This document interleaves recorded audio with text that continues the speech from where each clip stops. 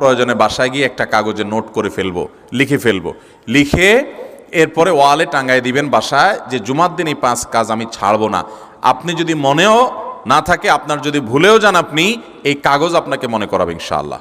বাসায় ফ্যামিলির লোকদের সাথে শেয়ার করবেন, জুমার দিন হুজুর বলেছেন, কোরআন হাদিসের আলোকে 5টা আমলের কথা বলেছেন, বিশেষভাবে জুমার দিন আমি 5টা আমল করবই করব। ভাইরা আমার, প্রত্যেক জুমার দিন যদি আপনি একটু ইমানের রিচার্জ করেন, ইনশাআল্লাহ সারা সপ্তাহ আপনার জন্য সেটা উপকারে আসবে।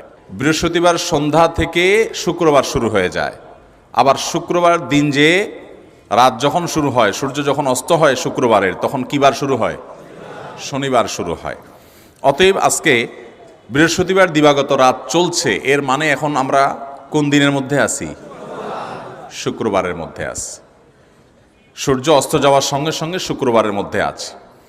শুক্রবার বা জুমার দিন, এই দিন সম্পর্কে কোরআন এবং হাদিস থেকে ঘেঁটে আমরা 14টা আমলের কথা একটা লম্বা বড় ভিডিওতে বলেছি। আজকে সেখান থেকে আমি সংক্ষেপ করে এই 14টার মধ্যে আবার অতি গুরুত্বপূর্ণ 5টা আমলের কথা বলবো ইনশাআল্লাহ। কয়টা আমল? 5টা আমলের কথা বলবো। জীবনের তরে যতবার জুমার দিন আসবে, এই 5টা আমল সারা জীবন নিয়মিত আঁকড়ে ধরবেন, আমল করবেন। যারা নিয়ত করতেছেন হাত তোলেন। আল্লাহ আমাদের সবাইকে আমল করার তৌফিক দান করুন।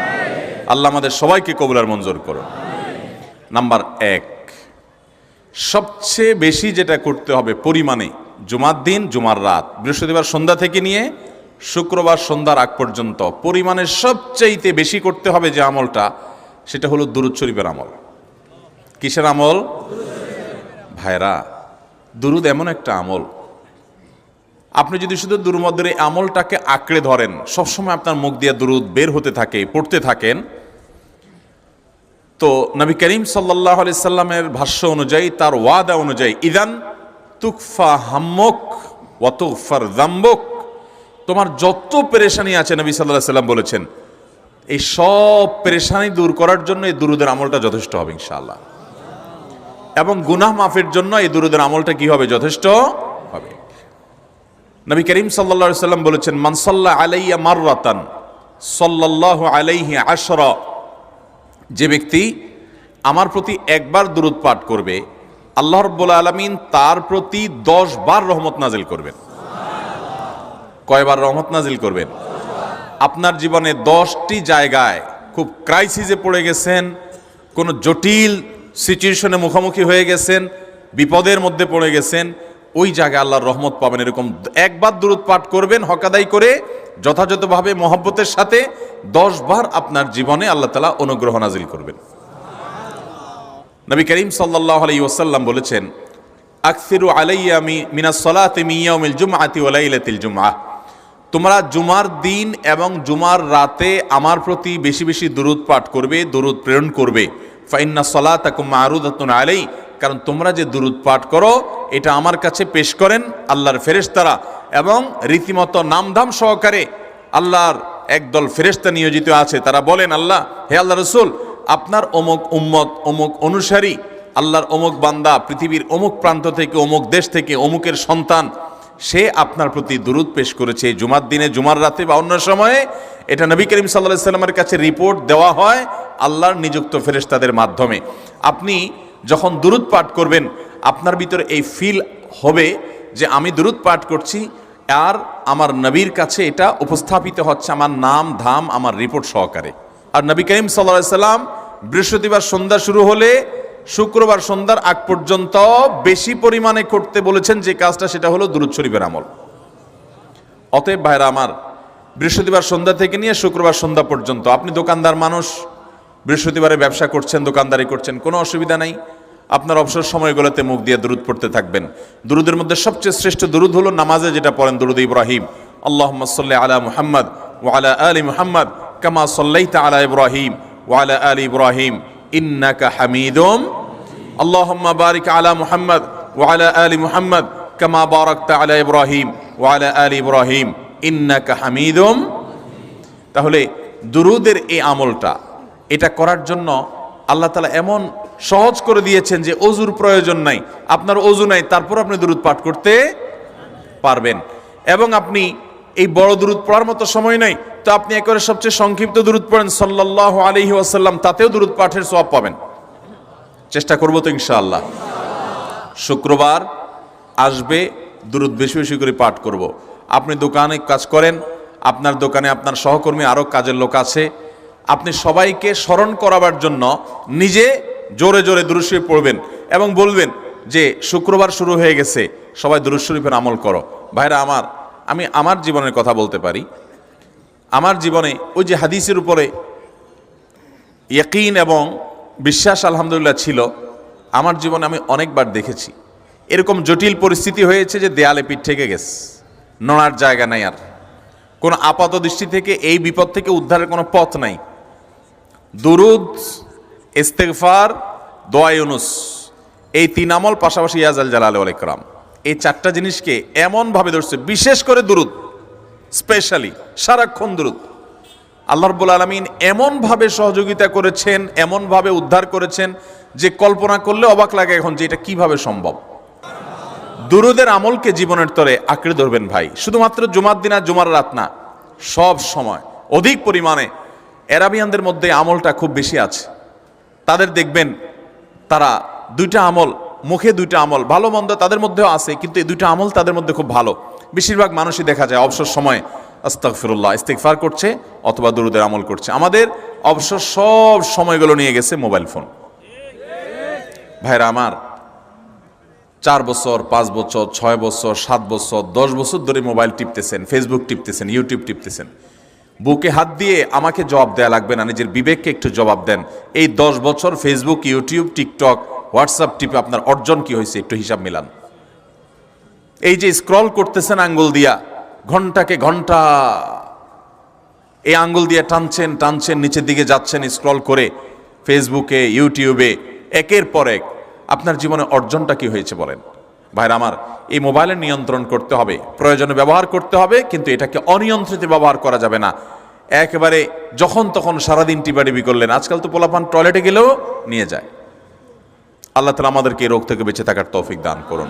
ভাইরা আমার, জীবনটাকে পরিবর্তন করতে হয়, সারা জীবন তো একরকম থাকলে হবে না। বহুত পাগলামি করেছি, আসুন নিজেকে সংশোধন করি। তাহলে জুমার দিন উপলক্ষে 1 নম্বরের আমল বলেছি, বেশি বেশি কোন আমল করতে হবে? সারা জীবন মনে রাখবো তো ইনশাআল্লাহ। বাসা বাড়িতে পরিবারের লোকদেরকে মনে করাবো তো ইনশাআল্লাহ। আমি আমার ড্রাইভার থাকুক, আমার ছেলে মেয়ে থাকুক, আমার পরিবারের লোক থাকুক, আমি আমার কথা আপনাদের বলি উৎসাহের জন্য, যে জুমার দিন শুরু হয়ে গেলে শুধু আমি না, আমার পরিবার অন্যান্যরাও একে অন্যকে আমরা স্মরণ করে দিই। কে কে দুরূদ পড়তে কতবার পড়ছো, কেউ পড়ছে কিনা একবারও, সন্ধ্যা হয়ে গেছে, অনেক হয়ে গেছে, সবাই শুরু করি, আমলটা করবো তো ইনশাআল্লাহ। নাম্বার 1।